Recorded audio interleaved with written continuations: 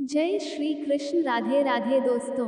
श्री कृष्ण का द्रौपदी से संबंध जानकर सचमुच आप चौंक जाएंगे। आइए जानते हैं आखिर क्या रिश्ता था कृष्ण का द्रौपदी से। नमस्कार दोस्तों, बातें ज्ञान की YouTube चैनल में आपका स्वागत है। इस चैनल के द्वारा भक्ति, ईश्वर कथा, पौराणिक कथाएं, प्रेरक कहानियां और ज्ञानवर्धक कहानियों का विशेष संकलन आपको मिलेगा और आप ऐसे ही ज्ञानवर्धक वीडियो देख पाएंगे। कृपया चैनल को सब्सक्राइब करें, वीडियो को शेयर करें और अपना बहुमूल्य साथ बनाए रखें। धन्यवाद दोस्तों। जय श्री कृष्णा। राधे राधे। महाभारत में कुंती पुत्र युधिष्ठिर, अर्जुन और भीम एवं माद्री पुत्र नकुल और सहदेव की पत्नी द्रौपदी थी। राजा द्रुपद की बेटी द्रौपदी को पांचाली भी कहा जाता है। कृष्ण और द्रौपदी में क्या रिश्ता था, आओ जानते हैं। द्रौपदी का मूल नाम कृष्णा था। द्रौपदी का नाम कृष्णा इसलिए था क्योंकि वह भी सांवली थी। भगवान श्री कृष्ण और द्रौपदी अच्छे मित्र थे। द्रौपदी उन्हें सखा तो कृष्ण उन्हें सखी मानते थे। कृष्ण ने द्रौपदी के हर संकट में साथ देकर अपनी दोस्ती का कर्तव्य निभाया था। कहते हैं कि भगवान श्री कृष्ण की मांसपेशियां मृदु परंतु युद्ध के समय विस्तृत हो जाती थी, इसलिए सामान्यतः लड़कियों के समान दिखने वाला उनका लावण्यमय शरीर युद्ध के समय अत्यंत कठोर दिखाई देने लगता था। कहते हैं कि यही खासियत द्रौपदी के शरीर में भी थी। एक अन्य कथा के अनुसार जब श्री कृष्ण द्वारा सुदर्शन चक्र से शिशुपाल का वध किया गया, उस समय श्री कृष्ण की अंगुली भी कट गई थी। अंगुली कटने पर श्री कृष्ण का रक्त बहने लगा। तब द्रौपदी ने अपनी साड़ी फाड़कर श्री कृष्ण की अंगुली पर बांधी थी। इस कर्म के बदले श्री कृष्ण ने द्रौपदी को आशीर्वाद देकर कहा था कि एक दिन मैं अवश्य तुम्हारी साड़ी की कीमत अदा करूंगा। इन कर्मों की वजह से श्री कृष्ण ने द्रौपदी के चिरहरण के समय उनकी साड़ी को इस पुण्य के बदले ब्याज सहित इतना बढ़ाकर लौटा दिया और उनकी लाज बच गई। किंवदंती है कि पांडव और कर्ण से पूर्व द्रौपदी कृष्ण चाहती थी। वो उससे शादी करना चाहती थी क्योंकि कृष्ण सभी सर्वश्रेष्ठ थे। द्रौपदी की एक दासी थी जिसका नाम नितंबिनी था।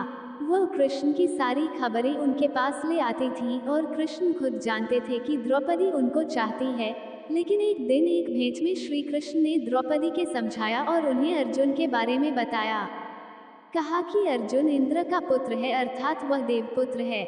वह आर्योपुत्रों में सर्वश्रेष्ठ है। इस तरह द्रौपदी का मन श्री कृष्ण ने अर्जुन की ओर मोड़ दिया और दोनों मित्र बन गए। ये भी कहते हैं कि द्रुपद चाहते थे कि उनकी पुत्री द्रौपदी का विवाह आर्यावर्त के सर्वश्रेष्ठ योद्धा से हो, जो द्रोण को पराजित कर सके।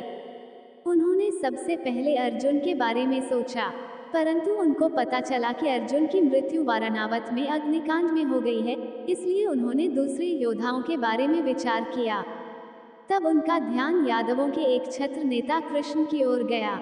उन्होंने कृष्ण को पांचाल आमंत्रित किया और उनके आने पर उनसे अपनी पुत्री द्रौपदी का पाणिग्रहण करने की प्रार्थना की।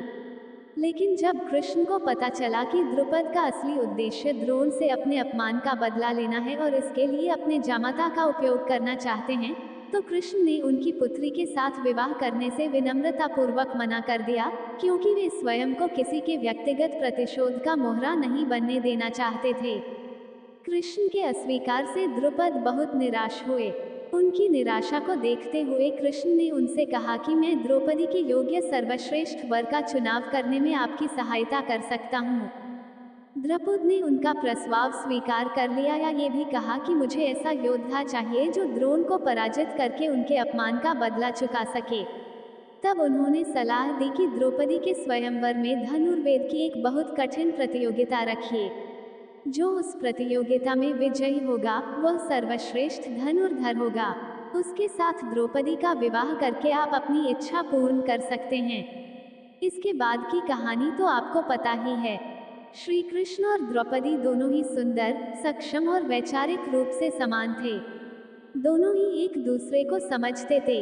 यही कारण था कि जब अर्जुन ने श्री कृष्ण की बहन से विवाह किया तो द्रौपदी ने उसे सहज ही स्वीकार कर लिया, अर्थात उसने श्री कृष्ण की बहन को अपनी सह पत्नी के रूप में स्वीकार कर लिया।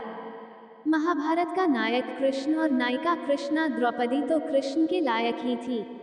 अर्जुन समेत पांचों पांडव उसके सामने फीके थे। कृष्ण और कृष्णा का ये संबंध राधा और कृष्ण के संबंध से कम नहीं। राधा तो कृष्ण के साथ बचपन में ही रही थी, इसके बाद तो उसका कृष्ण से कोई संबंध नहीं रहा। कहते हैं कि वर्षों बाद राधा बस एक बार वह द्वारिका आई थी, फिर उसके बाद उनकी कभी मुलाकात नहीं हुई। द्रौपदी का श्री कृष्ण से संबंध बहुत ही आत्मीय था, लेकिन भक्ति काल के कवियों ने इसकी उपेक्षा की और राधा को ज्यादा महत्व दिया।